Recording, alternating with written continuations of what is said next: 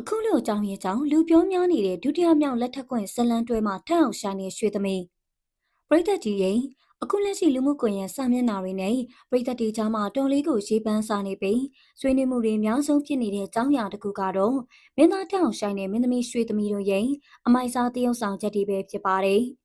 သူတို့နဲ့အာသွန်ကွန်ဆိုင်ရိုက်ကူးထားတဲ့ဒုတိယမြောက်လက်ထက်ကွင်ဆိုတဲ့ဇလန်တွဲဟာစတင်ပြသကြတဲ့ကပရိသတ်တွေကိုဆွဲဆောင်နိုင်ခဲ့တာပါ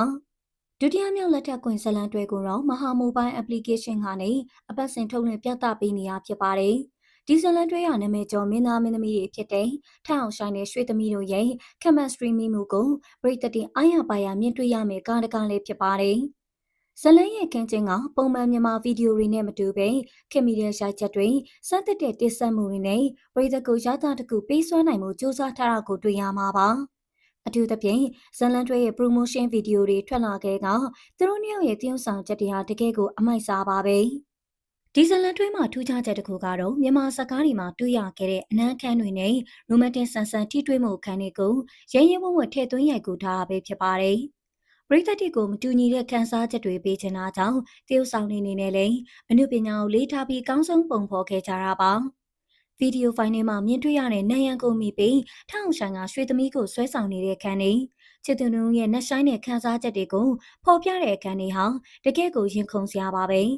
ဒီလိုမိုက်ဆိုင်ရိုက်ချက်တင်ကြောင့်ပဲလူငယ်ပရိသတ်တွေကြားမှာပို့ပြီးတော့လဲစိတ်ဝင်စားမှုမြင့်တက်လာခဲ့တာဖြစ်ပါတယ်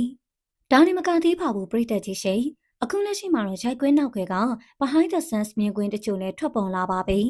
အထူးသဖြင့်ရေချိုးကန်ထဲမှာရှိုက်ကူးထားတဲ့ခန်းတွေဟာတရုတ်ဆောင်တွေရဲ့ professional စံမှုကိုပြသနေသလိုဒီခန်းတွေဟာဇလန်ရဲ့အလဲပြောင်းမှာဘယ်လောက်ထိရေးပါမလဲဆိုတာကိုလည်းစိတ်ဝင်စားစရာဖြစ်စေပါတယ်။မိတ်သက်တွေကတော့ထောင်ရှိုင်းနဲ့ရွှေသမီးရတကယ့်ကိုလိုက်ဖက်တဲ့အတွေ့လေးပါ။မြန်မာဇလန်တွဲတွေလည်းခုလိုရေးသွင်းမြင်လာတာဝမ်းသာပါတယ်ဆိုပြီးမှတ်ချက်တွေပေးနေကြပါတယ်။လူမှုကွန်ရက်ပေါ်မှာလည်းဒီဇလန်တွဲတွေကအခန်းတွေကိုဝေမျှပြီးအားပေးနေကြတာကိုတွေ့ရပါတယ်။ဟုတ်ကဲ့ပါပရိသတ်ကြီးတို့အနေနဲ့ကောထောင်ရှိုင်းနဲ့ရွှေသမီးတို့ရဲ့ဒုတိယမြောက်လက်ထက်ကွင်ဇလန်တွဲကိုကြည့်ရှုပြီးပြီလား